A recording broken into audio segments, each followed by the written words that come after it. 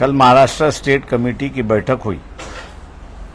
उस बैठक में कुछ निर्णय हुए कि जिसकी मैं जानकारी आपको दूंगा, लेकिन उसके पहले कल जो है जरांगे पाटिल इनके साथ में बातचीत हुई। उस बातचीत करते समय फारूक अहमद और किशन चौहान ये दोनों मेरे साथ में थे, दोनों स्टेट कमेटी के मेंबर्स हैं। विस्तार से बातचीत हुई और विस्तार से बातचीत होने के बाद तय कर लिया गया कि ओबीसी समूह को जो है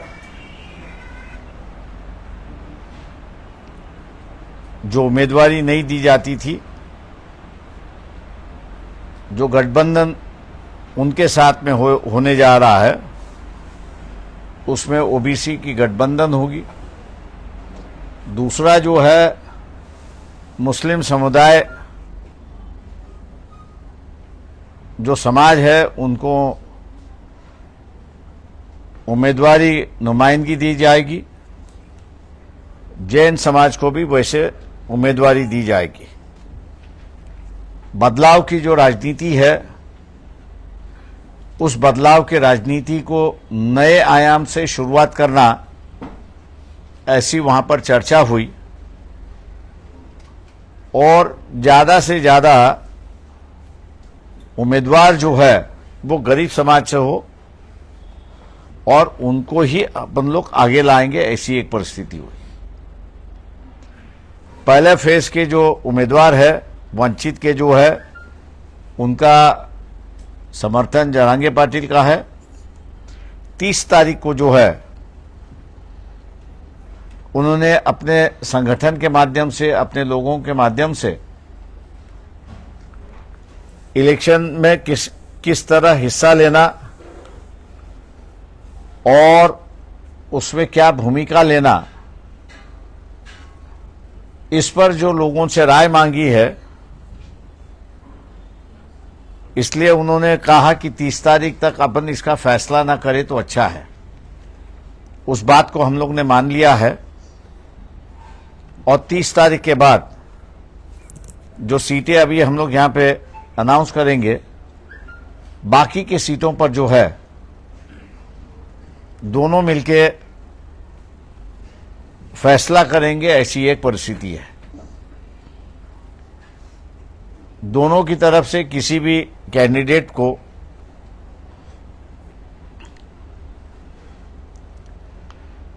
प्रेस नहीं किया जाएगा कि यही चाहिए, यही चाहिए।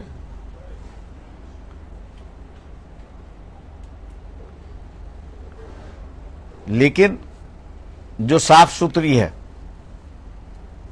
गरीब है और उम्मीद रखते हैं कुछ करने का, इन्हीं क्राइटेरिया पे जो है वो उम्मीदवारी वहां पर दी जाएगी।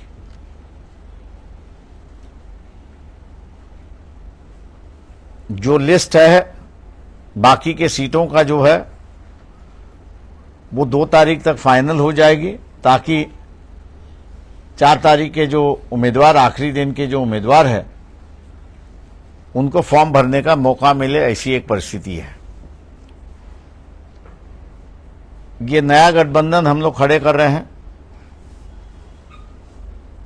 जो हमारे साथ आना चाहते थे उनसे भी हमने कहा था कि भैया जरांगे पाटिल का जो फैक्टर है उसको इग्नोर करके नहीं चल सकते। मानने के लिए तैयार नहीं थे। वंचित बहुजन आघाड़ी का इस्तेमाल जो है वो परिवारवाद बचाने के लिए इस्तेमाल करना चाहते थे, कि जिसको हमने पूरी तरह से रिजिस्ट किया है। हम लोग इस बात को जानते हैं कि काफी बड़ी आलोचना होगी, लेकिन लोगों की अगर नस में अगर जानता हूं, अगर पहचान सकता हूं, तो आम जनता को परिवर्तन की जरूरत है। और वो परिवर्तन इसलिए चाहिए क्योंकि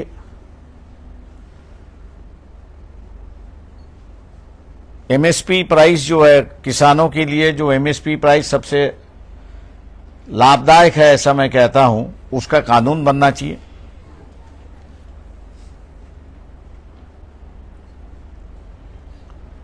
दूसरा जो बातचीत हुई वहां पर एग्रो इंडस्ट्री, कॉटेज और एग्रो इंडस्ट्री, इसको बढ़ावा देने की जरूरत है, जिससे एम्प्लॉयमेंट और ग्रामीण उद्योजक उससे निर्माण हो। ऐसे कई प्रोग्राम जो है जिन पे चर्चा हुई, सकारात्मक चर्चा हुई, और हम लोग ये मान के चलते हैं कि ये जो जरांगे पाटिल और उनके संगठन के साथ का मेलजोल जो है, क्योंकि मैं समझौता नहीं कह सकता हूं, क्योंकि उन्होंने कोई पार्टी बनाई नहीं है, ना बनाना वो चाहते हैं। इसलिए ये जो सामाजिक गठबंधन हो रहा है, जिसको हम लोग एक राजनीतिक आयाम देने जा रहे हैं, लोग इसको स्वीकारेंगे और बदलाव का जो माहौल है, आज भी जो है खरीद फरोश यहां से वहां चलने की उम्मीद पूरी तरह से चली है। हम लोग ये मान के चलते हैं कि इस समझौते के माध्यम से एक नई राजनीतिक शुरुआत होगी, नीतिमत्ता की राजनीति वहां पे शुरुआत होगी, मूल्यों की राजनीति शुरुआत होगी, और आम आदमी के सवालों को एड्रेस करने की राजनीति यहां पे शुरुआत होगी। ऐसा उम्मीद हम लोग करके चलते हैं। मैं